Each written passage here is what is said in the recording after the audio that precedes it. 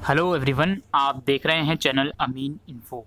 दोस्तों, आज की इस वीडियो में हम डिस्कस करने वाले हैं हायर परचेज का पार्शियल रिपोजिशन केस।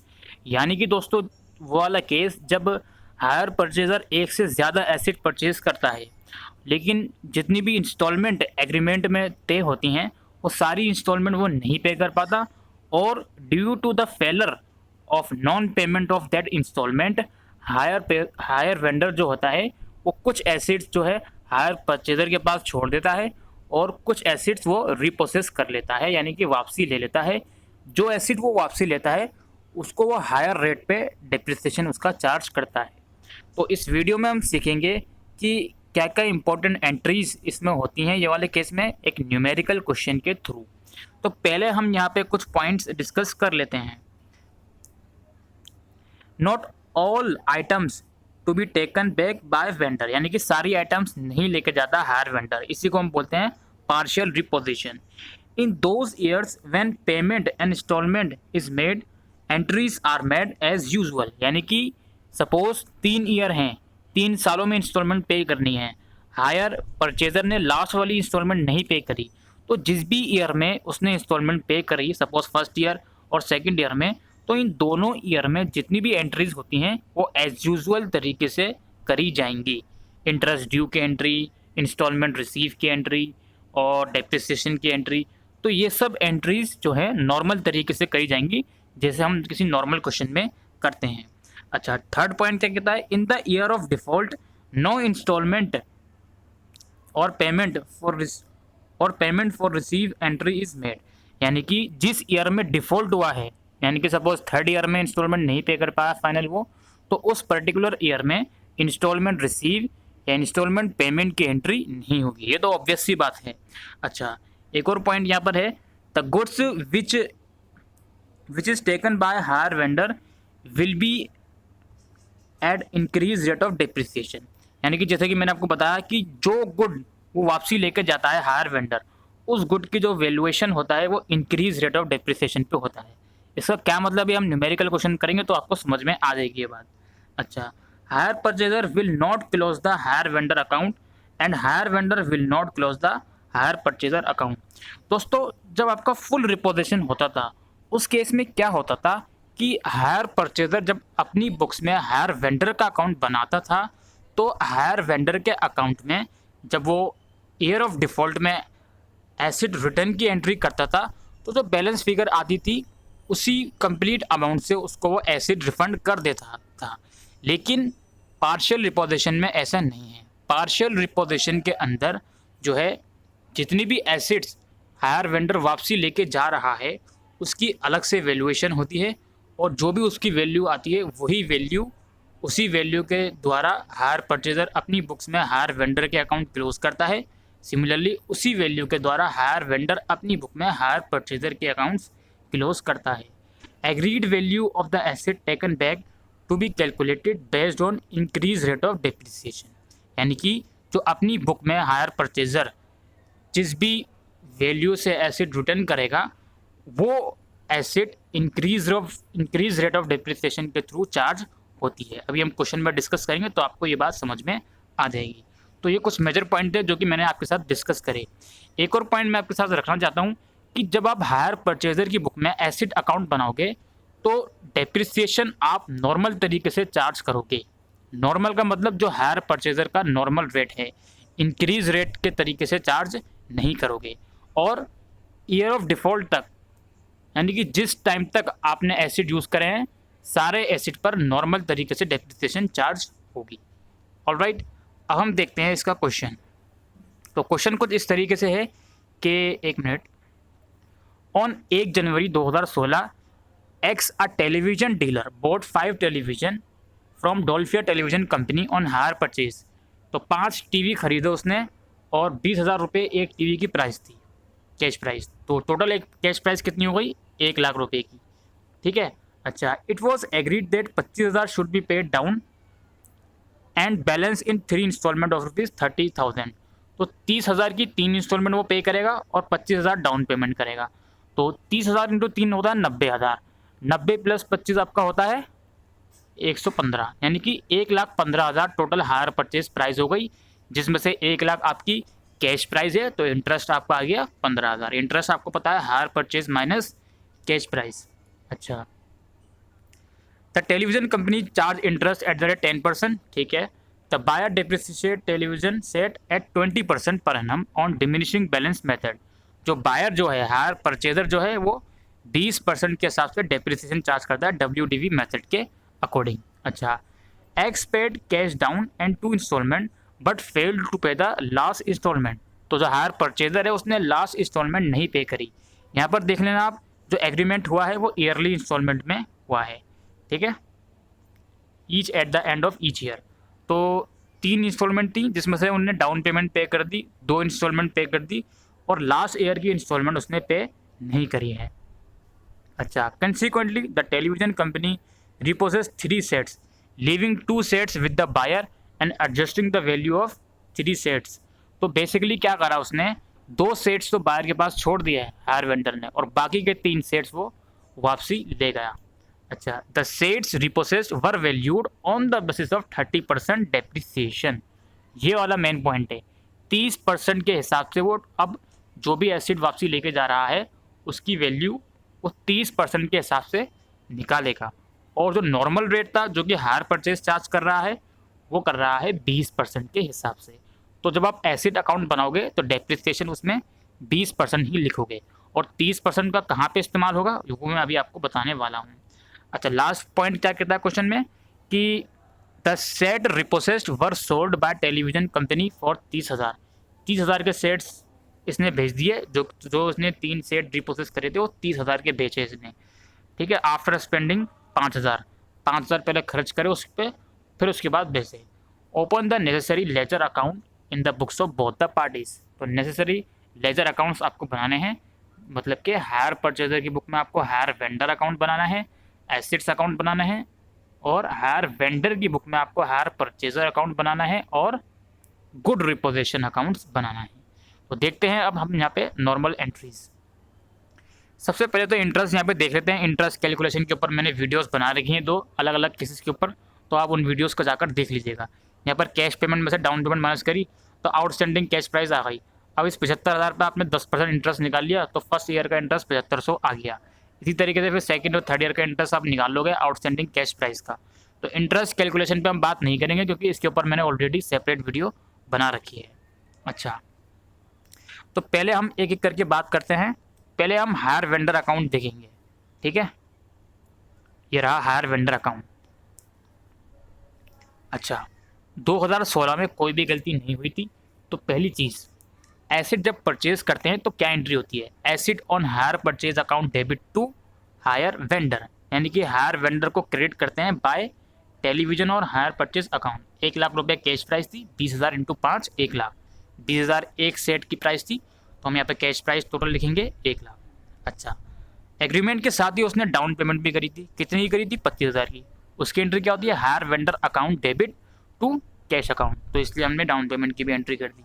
अच्छा, फर्स्ट ईयर के अंदर अब हम इंटरेस्ट ड्यू करेंगे और इंस्टॉलमेंट पेमेंट की एंट्री करेंगे। इंटरेस्ट ड्यू की एंट्री क्या होती है, interest on hire purchase account debit to hire vendor. 7500 का इंटरेस्ट जो निकाला था इसने फर्स्ट ईयर का वो यहाँ पर आ जाता है। अब ये फर्स्ट इंस्टॉलमेंट पे करेंगे कैश में, तो hire vendor account debit to cash account जो कि आपका 30,000 हो जाता है। आपको बता दें 30,000 की 3 इंस्टॉलमेंट है जिसमें इंटरेस्ट इंक्लूड है, तो यहाँ पे 30,000 का अमाउंट आ गया।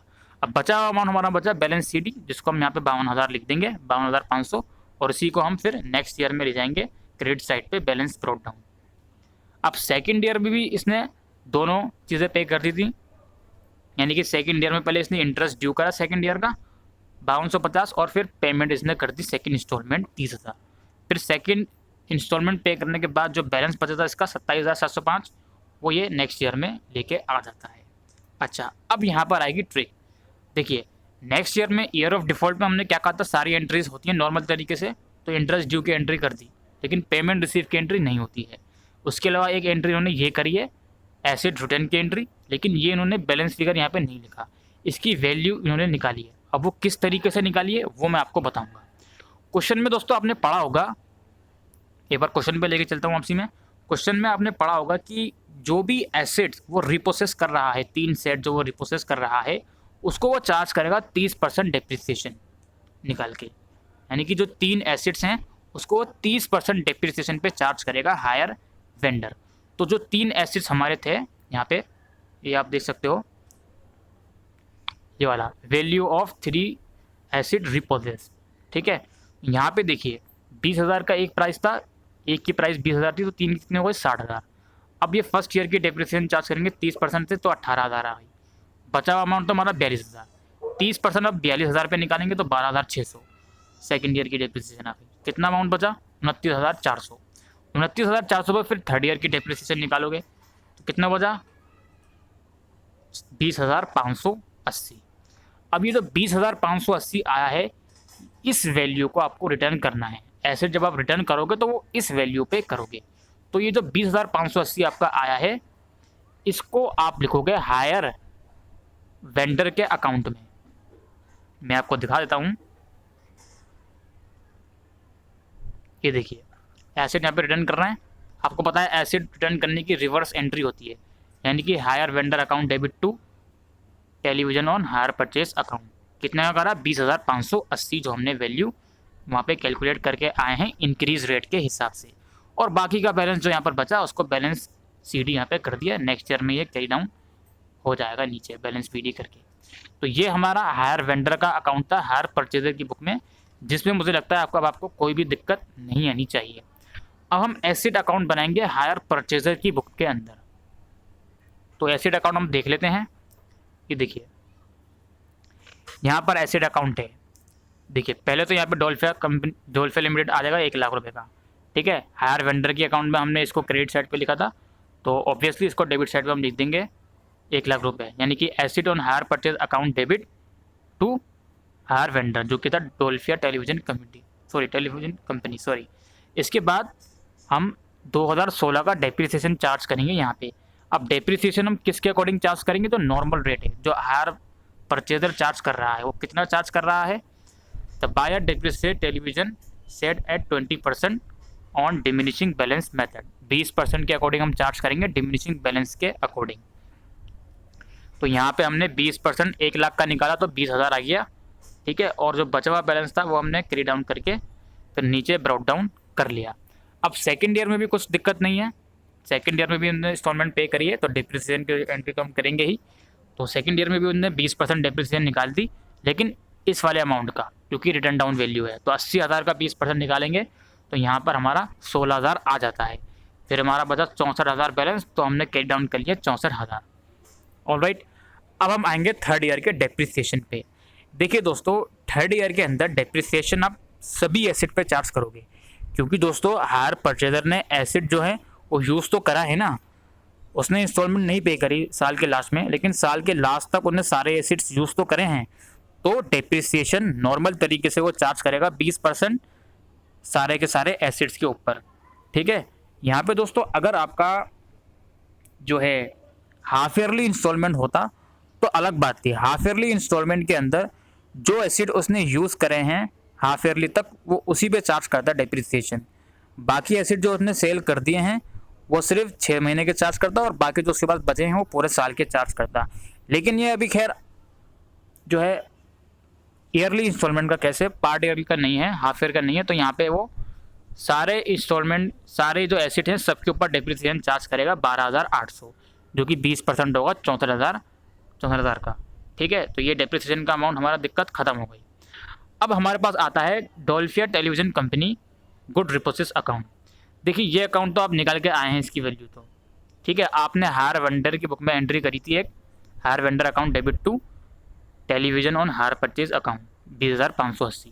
तो ये वाला अमाउंट आपका जो हायर वेंडर है उसकी क्रेडिट साइड पे चला जाएगा। कोई आपको इसमें प्रॉब्लम नहीं आनी चाहिए समझने में, अगर आप नॉर्मल क्वेश्चन करते आए हैं तो। ऑलराइट, अच्छा अब दोस्तों देखिए यहाँ पर जो बैलेंस CD आएगा ना, ये बैलेंस नहीं होता इस वाले क्वेश्चन में। बैलेंस होता है ये वाला अमाउंट, प्रॉफिट एंड लॉस का अमाउंट। अब ये वाला अमाउंट किस तरीके से निकला मैं आपको बताता हूँ। देखिए आपको क्या करना है, जो आपके पास एसेट हैं, जो आपके पास एसेट बचे हुए हैं, जो हायर वेंडर ने आपके पास एसेट छोड़ दिए, उसकी वैल्यू आप निकालोगे नॉर्मल तरीके से।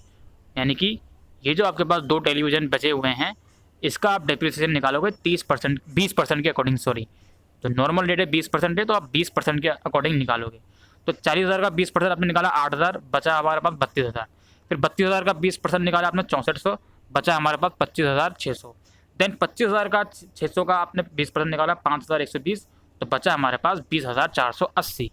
तो ये जो 20,480 बचा है ना, ये हम लिख देंगे बैलेंस सीडी करके, बिना कोई सोचे समझे आप यहाँ पे लिख दोगे इसको बैलेंस सीडी के कॉलम में 20,480। ठीक है, अब इसको टोटल कर दोगे, जो यहाँ पर बैलेंस फिगर आएगी उसको आप डाल दोगे पीएनएल अकाउंट में। अगर ये बैलेंस फिगर यहाँ पे आती तो कोई दिक्कत नहीं थी, आप यहाँ पे पीएनएल अकाउंट में ये वाला अमाउंट लिख देते। तो कुल मिलाकर दोस्तों जो ये वाला अमाउंट है आपका, ये हमेशा बैलेंस फिगर ही आने वाला है। ठीक है, इसके अलावा कोई और एडिशनल एंट्री आपको नहीं करनी है। तो हायर परचेजर की बुक में आपने एसेट अकाउंट बनाना सीख लिया है और हायर वेंडर अकाउंट बनाना सीख लिया है। अब हम देखेंगे हायर वेंडर की बुक में हायर परचेजर अकाउंट। तो देखिए, सबसे ये हायर वेंडर है, ये एक्स हायर परचेजर है। तो सबसे पहले क्या करेगा हायर वेंडर अपनी बुक के अंदर, हालांकि फर्स्ट ईयर है ना ये, तो फर्स्ट ईयर के अंदर पहले तो एसेट सेल की एंट्री करेगा वो। Asset on hire purchase account debit to hire purchase sales account, 1,00,000 का उसने एसेट सेल कर दिया। उसके बाद उसने डाउन पेमेंट रिसीव करी। ठीक है, ऑब्वियसली कैश में रिसीव करेगा, तो bank account debit to X account, X का मतलब हायर परचेजर, तो बाय बैंक अकाउंट यहाँ पे लिख दिया इसने, डाउन पेमेंट रिसीव कर ली 25,000 रुपये की।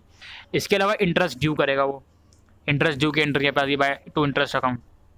ठीक है, hire purchaser account debit to interest account, हालांकि interest on hire purchase account लिखते हैं पूरा, हायर परचेज सेल्स अकाउंट। ठीक है, तो 7500 यहाँ पे आ गई। अब इंस्टॉलमेंट उसने रिसीव कर ली, cash account debit to hire purchaser account by cash 30,000 की फर्स्ट ईयर की इंस्टॉलमेंट। देन उसके बाद जो बैलेंस बचा उसने यहाँ लिख दिया, फिर नेक्स्ट ईयर में कैरी डाउन कर दिया। नेक्स्ट ईयर में उसने इंस्टॉलमेंट रिसीव कर ली, इंटरेस्ट ड्यू कर ली, फिर नेक्स्ट ईयर का बैलेंस बचा, तो अगेन ये बैलेंस आपका थर्ड ईयर में आ जाएगा। थर्ड ईयर में आ गया बैलेंस। ठीक है, फिर थर्ड ईयर का इंटरेस्ट ड्यू करा इसने। देन थर्ड ईयर में इसने क्या करेंगे, जो हमने हायर वेंडर की बुक में एंट्री करी थी हायर परचेजर की बुक्स के अंदर, जो हमने आपका इंक्रीज रेट के अकॉर्डिंग मशीन की वैल्यू निकाली थी 20,580, एक मिनट दिखाता हूँ मैं आपको, ये वाली वैल्यू, इसको हम गुड रिपोजिशन अकाउंट खोल के ट्रांसफ़र कर देंगे। कुछ नहीं करना आपको, बाय गुड रिपोजिशन अकाउंट खोलना है और उसको ट्रांसफ़र कर देना है। बाकी बचा हुआ बैलेंस आप लिख देंगे कैरी डाउन करके। ठीक है, बस इतना काम आपको करना है हायर वेंडर की बुक में जब आप हायर परचेजर अकाउंट बनाओगे। अब लास्ट में हमारा बचा गुड रिपोजिशन अकाउंट। अब गुड रिपोजिशन अकाउंट में क्या करोगे, देखो पहले तो यहाँ पे गुड रिपोजिशन अकाउंट को आप क्रिएट करते आ रहे हो, डेबिट करके आ रहे हो सॉरी, और हायर परचेजर को क्रिएट कर रखा है आपने, तो यहाँ पे टू हायर परचेजर 20,580 से इसको ट्रांसफ़र कर दोगे सिमिलरली। देन यहाँ पे इसने कुछ एक्सपेंस करा था 5,000 रुपये का, तो good repossession account debit to cash account, cash जा रही है तो उसको क्रिएट कर रहे हैं हम 5,000 से।